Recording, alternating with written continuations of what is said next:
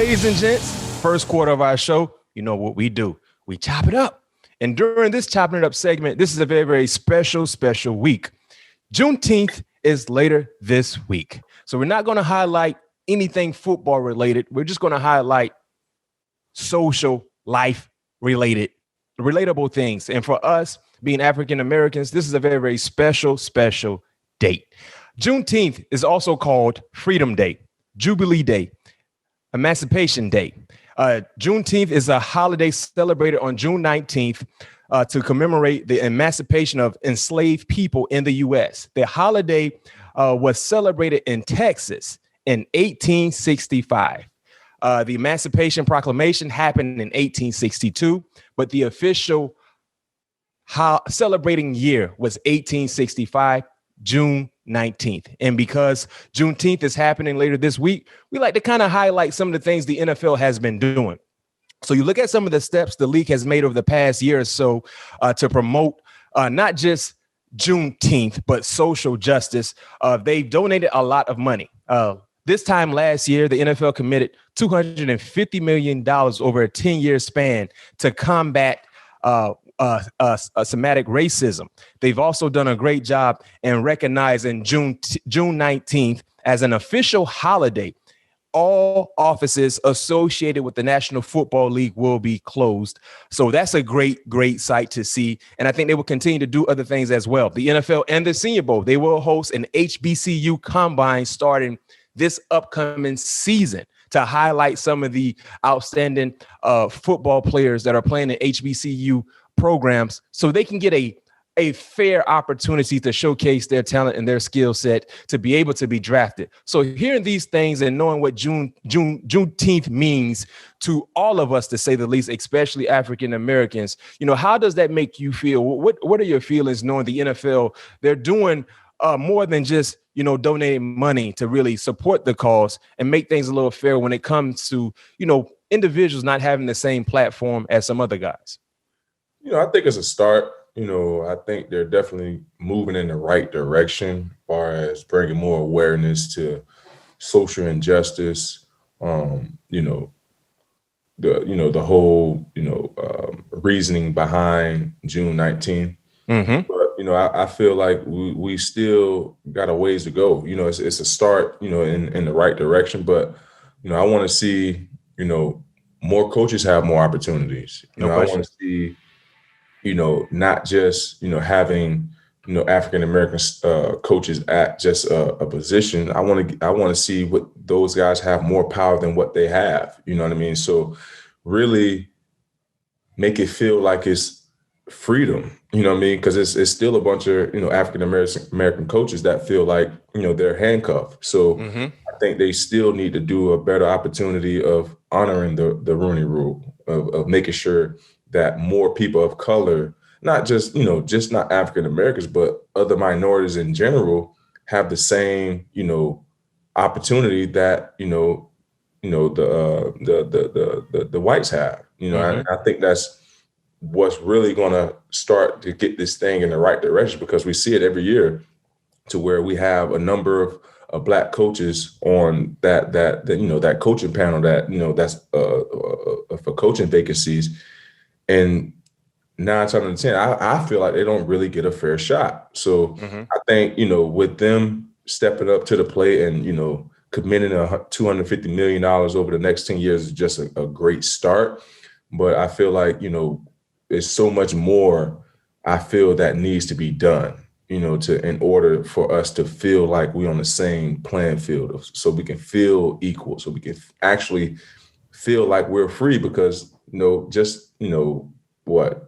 too long ago, we had opportunities to really break the barrier of having, African American coaches hired, but we dropped the ball again. You know what I mean? I don't know what it is or what's causing, organizations to not give these coaches of colors or coaches of minority an opportunity to lead a football team. But I think the league is definitely doing a great job of getting the ball rolling, and it's definitely exciting to see. I'm excited to see Eddie George, the Deions of the world getting into those HBCU avenues to where, now we can, have an opportunity to get our youth, our community on a higher level, because we know HBCUs don't get many looks, but it's a lot of talent that come out of HBCUs. Yes, sir. So I think now having an HBCU combine will just open the door for a lot more coaches, because, a lot of great coaches are in the HBCU. A lot of great Black coaches are in the HBCU, but they don't have the opportunity to showcase what they have. But I think now having a combine for those guys, being able to, have those kids showcase their talent coming from those HBCUs, I believe now it's going to open the eyes of now seeing oh, Black coaches can really coach players, and they can really run an organization. They can really get guys to where they need to be. They can motivate guys. I feel like everybody on this earth is on the same playing field. We just don't have the same opportunities. Yep. And also, too, you look at your new home team, the Minnesota Vikings. Minnesota has been a vocal point, of the social justice movement. I mean, the owners of the Vikings have pledged to try and make a positive change.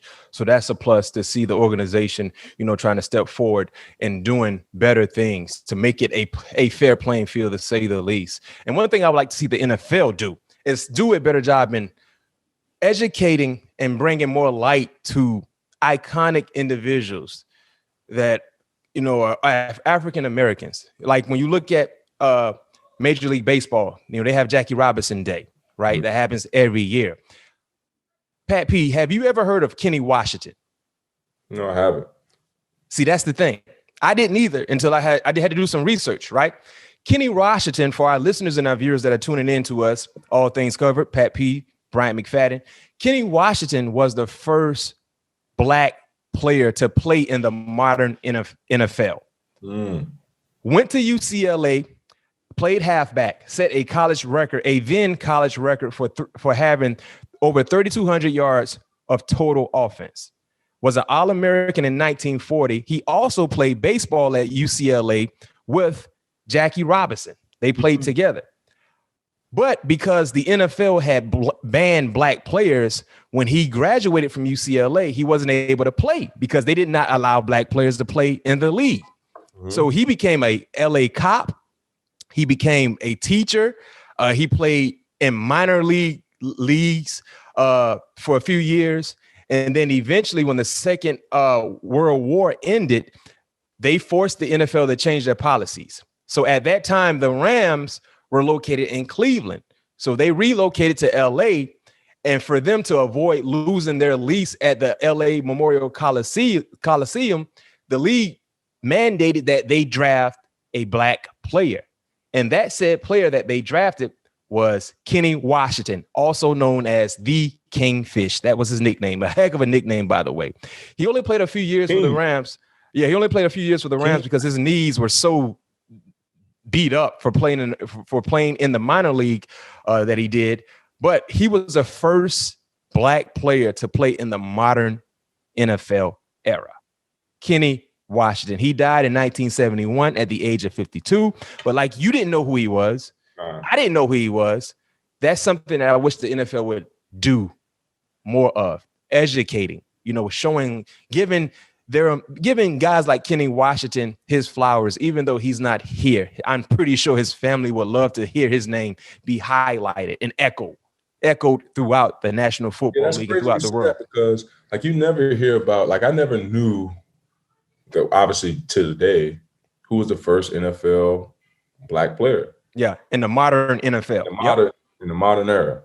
Mm-hmm. Especially, yeah, I think, Kenny definitely deserves a day because, he opened the door for all of us who playing the game today. Yeah, and think about this. So he broke down the color barrier in the NFL in 1946. Right. And a year later, his college baseball teammate, Jackie Robinson, broke down the baseball color barrier in Major League. So right. Kenny Washington just wasn't a difference maker in football, but he also was a difference maker in sports because he was the first, and then Jackie Robinson followed him a year later in 1947. Yep. That's huge. That's big. I love it. No doubt. No doubt. Now it's time for SKOL Check-In. But before we get into SKOL Check-In, make sure you stay with us on the opposite side of the half. Antrell Rose, Super Bowl champion, college All-American, will be joining us on the opposite side of the half. But now let's attack the Vikings side of things. SKOL Check-In. Pat P, this is a very, very important week for Minnesota, for the Vikings, for the organization. Minicamp will start. Minicamp expectations is this SKOL Check-In topic for Pat P. You've been in the league for quite some time, but break down the difference between minicamps and OTAs. Honestly, Mac, there's no real big difference. I think minicamp is more getting guys geared up for how an in-season practice will go or how training camp is going to be. I think it's just, OTAs is just getting us prepared, obviously going through all the plays, make sure everybody know their checks, everybody know where they need to be. And minicamp is just like a ramp up from that. And then obviously training camp is training camp. So, my expectations throughout this mini camp that's going to happen this week is we had a great OTAs, great team chemistry. Now it's just going out there and just getting used to training camp, like what practice is going to be like, because we've been practicing. Because mini camp, you have 2 practices a day, right? I think are they still in there? Not mistaken. I think it's Tuesday, Wednesday, Thursday. I think it's 3 days. But is it 2 practices a day or just 1? It's just 1. But just 1. Meetings are a little bit longer. So you'll meet in the morning, do your workout, go practice. Then you got to come back and clean up the film that you watch, that you put on tape in that morning practice. Get all the kinks out, and then the next day you do it all over again. So it's just like a shorter version of the in-season practice versus OTAs is just like you're out there for an hour and a half, get your workout in, and you back at the house. Gotcha. Versus you get out of the building around 1:00 doing OTAs, versus minicamp, you get out of the building around 3:30. So it's just about a 2 hours longer period. But we've been looking really, really good. A lot of guys all the guys have been here for the most part. Guys, that's a great sign. That's a great sign. Guys have it on their mind to where, we have to get together to understand one another, to make sure that we can trust one another when we're out there on the field, to where, the chips and the dominoes going to fall where they need, So minicamp OTAs, OTAs have been great. I'm looking for a great minicamp as well. Hey, and I know you spoke about, I asked you a few weeks ago when you guys first got involved in OTAs, players that stuck out to you. You highlighted Dalvin Cook. No surprise there. Right. But, upon finishing OTAs and now getting ready for minicamp, is there another player that kind of have stuck out to you like, this guy could really be a big asset for what we're trying to do during the season? Is there another guy that have caught your eye? Yeah, it's a couple guys, man. Xavier Woods, safety. Yep. Yeah, been really good with us, man. Just a seasonal vet, always going to be where he needs to be. Gonna make the right checks, gonna make the right calls. Just a smooth criminal. He don't know this yet, but I call him Daddy Smooth, man, because he don't say words, but when he out there, he's always where he needs to be.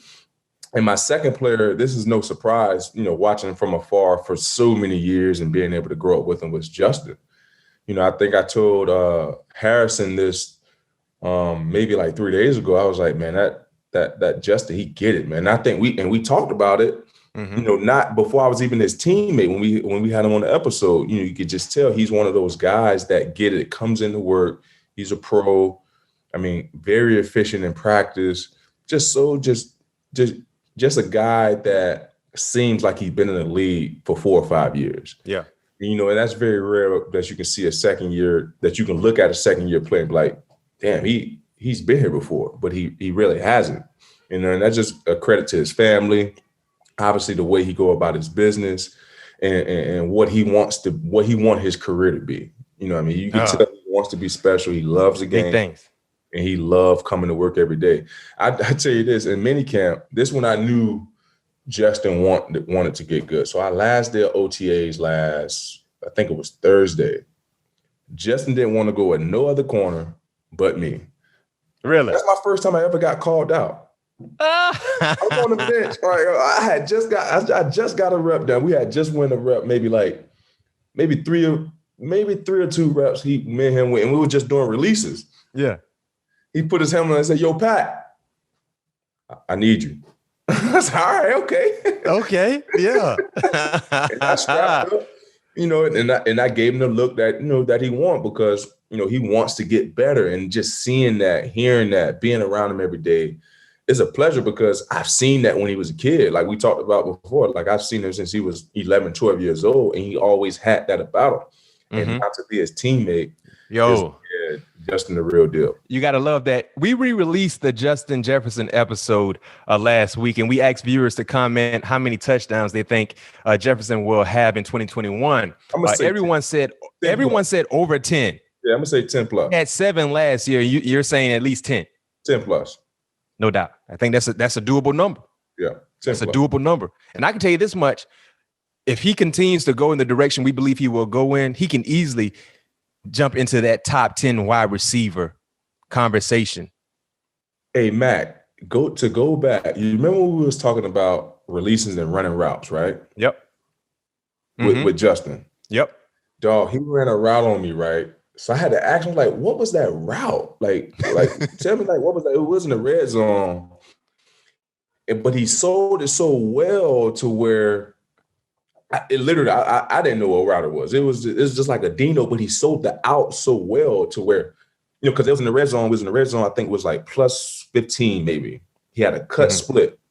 And most of the time when receivers run like that angle out, yeah, they're trying to get on a cut split. They're trying to get back to the DB's outside shoulder, because that's where the most room the quarterback can throw the ball. Mm-hmm. We was in I can't remember what coverage we was in, but I had a middle field safety. So you had a safety inside of you? Yes, I had a safety inside of me at the 15-yard line. And he sold the out so well. I still was in position, but he sold the out so well and it was with his feet. It wasn't even with his eyes. Most receivers, look this way. Yeah. Trying to, throw off the what's name. But he sold it so well to where when he came to me, when the red zone, obviously we know we got to be slow, because we protecting the goal line. No question. But he ran up to me on a little bit of a stem outside to the bottom of the numbers. And he almost hit like a Euro step. It literally was like a Euro step, man. I kid you not. He went out, came back. No, so I'm sorry. He went in and went out for a hard 2 steps and came back in? Yes. So after practice, I was like, yo, Jay. So it's basically he had a cut split, which is a tight split. Outside release to your outside shoulder, like he's gonna run an out or a fade ball. Hit you with an in, hit you with an out, and then hit you right back with an in. So it was like a skin. It was like a quick. It was a skinny. Man, it was a Dino. They call it a Dino. Dino. Oh yeah. Yeah. Post. It's that post corner post. Yes, that's exactly what it is. That post corner post. It was like it was. I was like, man, you really got me. Like he didn't get me because I was under the route and I had safety inside, but I was so ready to break on that out route to where it was like, damn, like the way he gave me like 3 moves in one. So let me understand this. So basically, because like you said, most wide receivers, they either give you their head.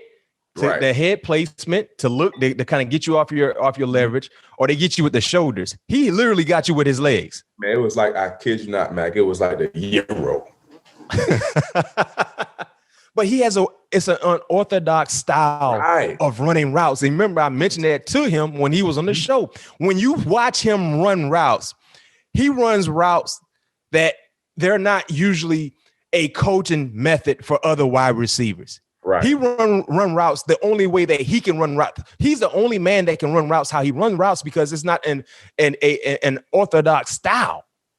Right. It's all. And remember, I told you he has a lot of Stevie Johnson in him. I was just about to say that. Stevie Johnson, Keenan Allen, and Justin Jefferson. Yeah. League of their own when it comes to like they really brought basketball to the football field. No question. Kid you not? Yeah. All of his routes looks like he's dribbling a basketball. Right.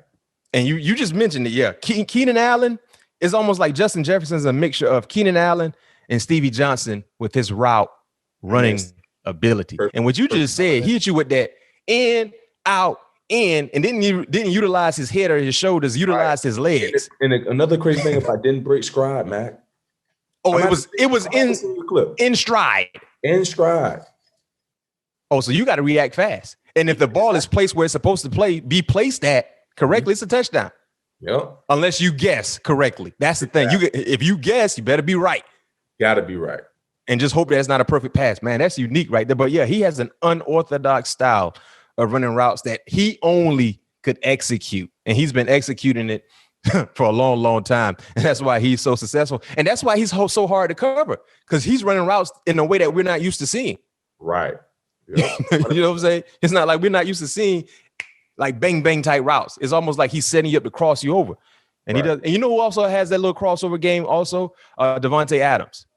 Yes. He has a little bit of that in him as well, the basketball to the football field. But his is more like in the red zone. Like he's more like he get more crafty in the red zone because he understands that DBs are playing with leverage and we're using the sideline and other things for protection. So he does a great job in the red zone of selling that fade route, coming back down to the front pylon. He do a great job of selling that slant and coming back down to the pylon. Like Aaron Rodgers, one of the greatest back shoulder throwers, probably one of the best placement throwers that I've ever been around. So it's better for him in the red zone. But as far as when he's in the field, he's a little bit more, traditional. But in the red zone, that's when he get a little crafty. No question. That's good. That's good. And speaking of Justin Jefferson, the last thing before we transition to Has Pat Heard, we're currently in SKOL Check-In, getting some updates with the current Minnesota Vikings. Kirk Cousins says he will be an open book for Kellen Mond, which is great to hear. Also, another great thing to hear is the Vikings informed Kirk Cousins that they would take a quarterback at some point in time in the draft. Mm-hmm. So Kirk Cousins got the notification that Aaron Rodgers didn't get 2 years ago. You would think if you were that said organization franchise quarterback, they would let you know at some point in time, we're probably going to try to take a quarterback if that guy's available. Kirk Cousins received that information. Aaron Rodgers did not. Green Bay Packers, you should have took a snippet out of the Vikings book on how to treat your quarterbacks if you're happy with them. But he said he will be an open book for Kellen Mond. Second round draft pick from Texas A&M. What have you seen from Kirk Cousins with his play and his leadership? And what are your early impressions of Kellen Mond? Kirk has been great.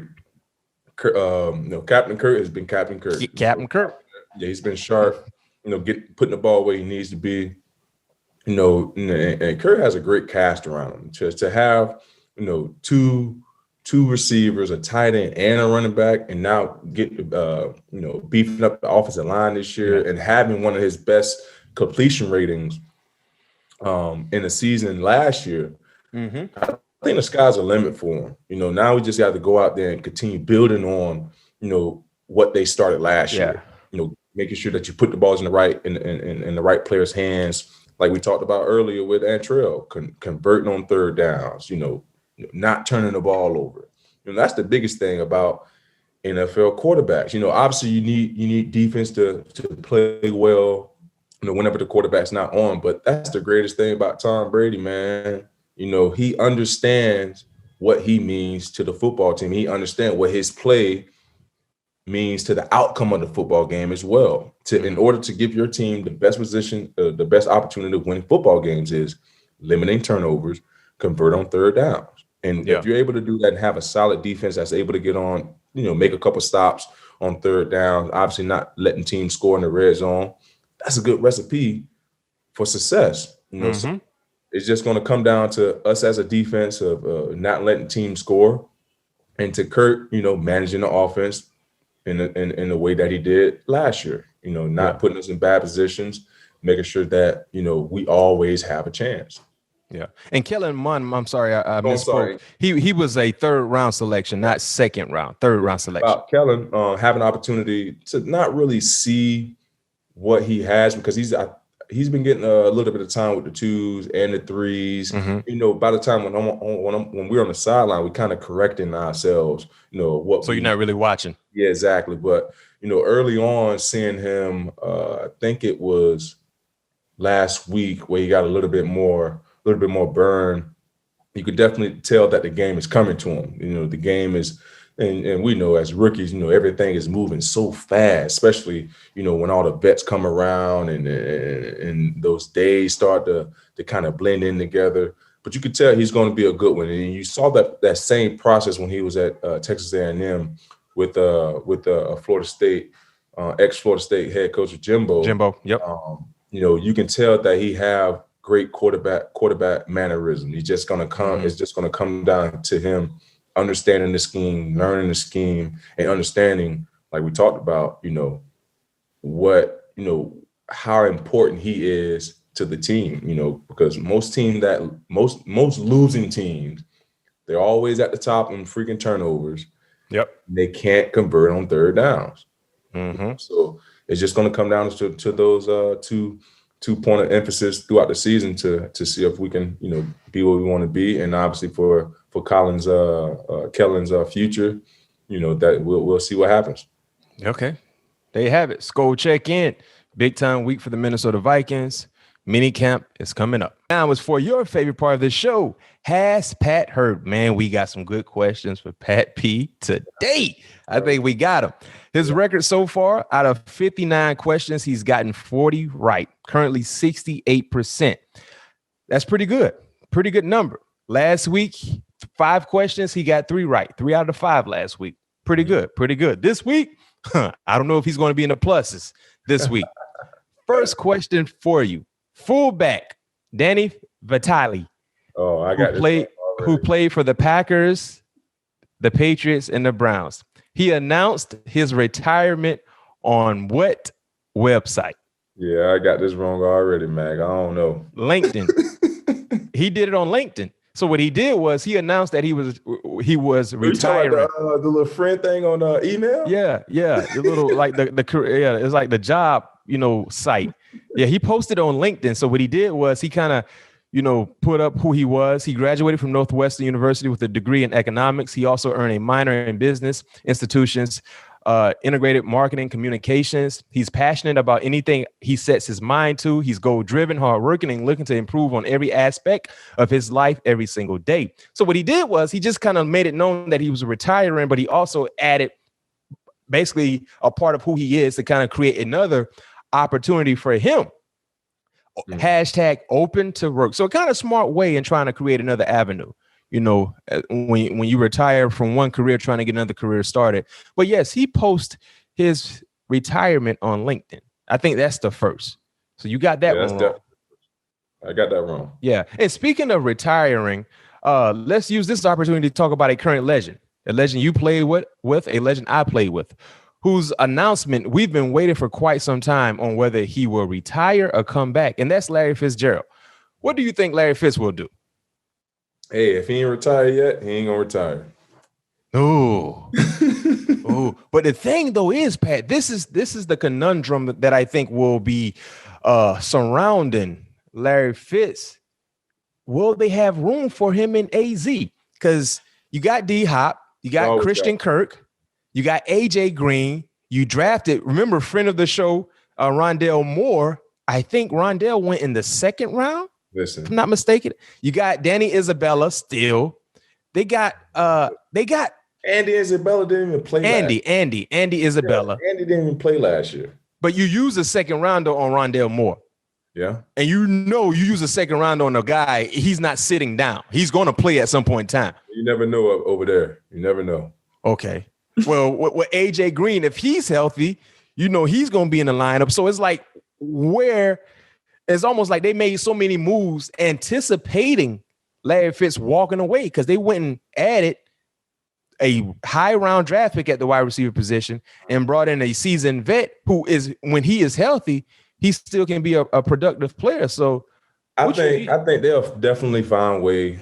They will find a way for, if Larry wanted to come back, you know, late in the year or whenever the time may permit itself, they'll find a way. What about this though, Pat P? Let's say Larry wants to play Arizona. Like, you know, you said sometimes it's Arizona. You never know. Got to expect the unexpected. Have you heard any Viking buzz associated with Larry Fitzgerald? Nah, You know, he used to be a ball boy there. Yeah, I know. From Minnesota. I haven't. That'd be interesting. If he would want to come back to Minnesota, but I necessarily don't see that happening. If it was a team that he was going back to, it'd be Arizona. So you're saying either he plays with Arizona or he don't play? Yeah. Okay. Or I could see him going to Tampa too. One of the two teams. Yeah, they definitely don't have no room for him. But listen, at the end of the day, what Larry wants is a championship. Period. And if that's because if you look at his, last year, I think he played, he missed a couple games. I think obviously it was one of his lowest, play counts in his career. Yeah. But Larry understands the position that he's in right now. He's not going to go out there and give you 40, 50 plays a game. He'll be in year 17. He understands he could probably go out there and give you a good 20 at least. And, why not it be with a system that you already know and Bruce Arians, or come back to Arizona to help, if they able to make the run, help those guys make a push in the playoffs. Yeah. Well, we got to wait and see. He played in 66% of the offensive snaps for the Cardinals last year. We got to just wait and see. We've been waiting.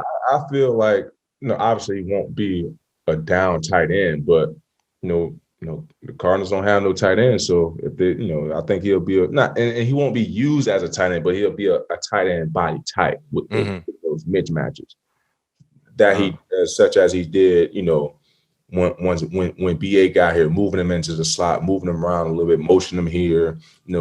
Larry's a great blocker too. Yes, he is. He's always been a blocker. So yeah, and just having that presence in the room can definitely go a long way. So I'm just like you. I guess we just all gonna have to wait and see. What happens in the next couple months. Okay. Well, you got the first question wrong though.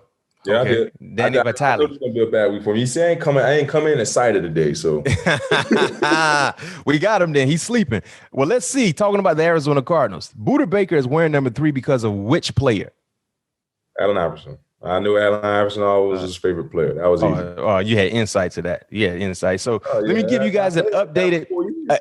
You got that one right. Let me give you guys an updated list of jersey changes in the National Football League. Darius Slay, he's wearing number 2. Was 24. Leonard Fournette is wearing number 7. Chase Edmonds, 29-2. Matt Judon is wearing number 9. Quandre Diggs, 6. James Conner, number 6. Byron Murphy, your former teammate, he's wearing 7. Mark Ingram, number 2. Julio Jones, number 2. Hollywood Brown, 5. DJ Moore, 2. Did you say Jalen Ramsey? Is that official? Yeah, I think so. I know I saw him wearing number 5. I didn't know if that was official. I'm trying to figure out what number 5. Did he wear number 5 in high school? He wore 8 in college. Yeah. I don't know, but yeah, I think it is official. Yeah, I guess I would ask you which jersey number will look the best, but I think you're gonna say number 7. So all day. Yeah, no doubt. Okay. So next question. I do like the number 2 too, because I wore that high school in Little League. And that too. That 8 smooth. That 8. That 8 smooth. I like all single digits, honestly. Yeah, that 8 smooth. Especially skill position guy. No doubt. That's what we're gonna see a lot. It's gonna take a little getting used to, but it's going to be fun seeing some of the different numbers in the National Football League. All right, celebrity boxing matches continue.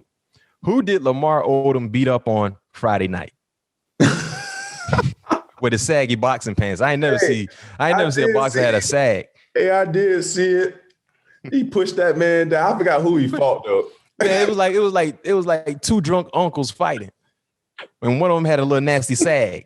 The funniest part though was when Lamar, I don't know if he was letting him get off on him or he tried to let him gain some confidence. Man, but dog, that was the most entertaining thing that I've seen on TV.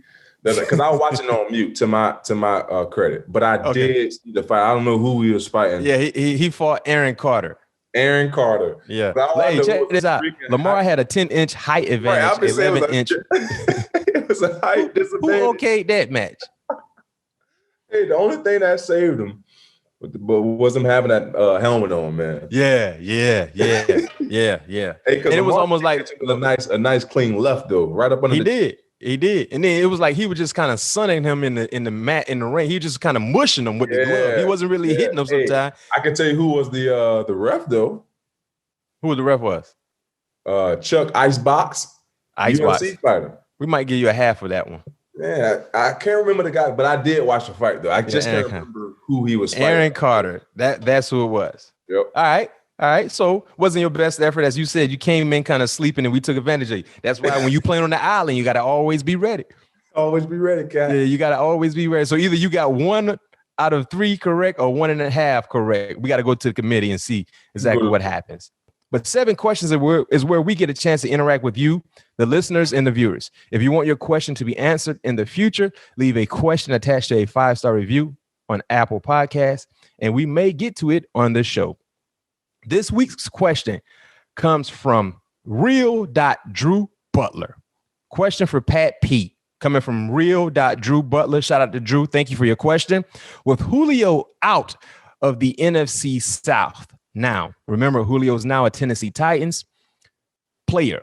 Who is the top receiver in the NFC South, and why has it always been Mike Evans? Now, it seems like Drew is a bit biased because he said it has always been Mike Evans, who's a straight dog. It definitely hasn't been always Mike Evans. But I think over the last 2 years, Mike Evans took that title. Okay. Over the last 2 years. So right now, it's definitely Mike Evans. No question. Hands down. So when you look at saying also going to come down to, who's going to be quarterback and see if he can obviously continue that going. But if I had to take a pick without, over the last 2 years, it was Mike Evans. Mike Evans. But what about Michael Thomas? I meant Michael Thomas. I thought my bad. Michael Thomas over the last 2 years it's been the best receiver in the NFC South.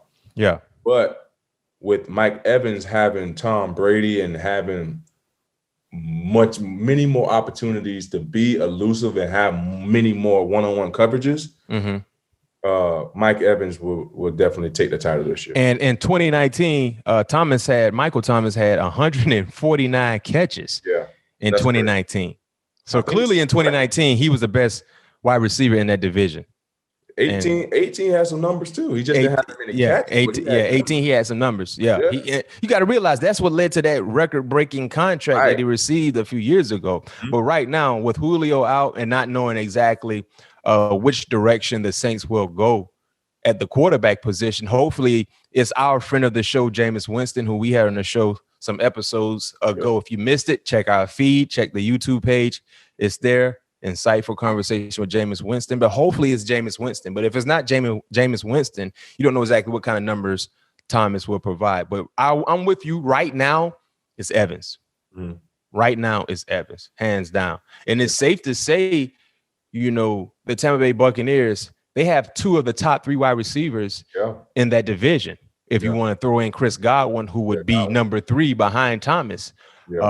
Number 2, and with Evans being number 1. So they got some talent there in Tampa. But thank you, Drew Butler, for your question. Like I said, if you'd like to have your question show up in our show, make sure you leave a 5-star review attached to your question, and we'll try to get to it on the show.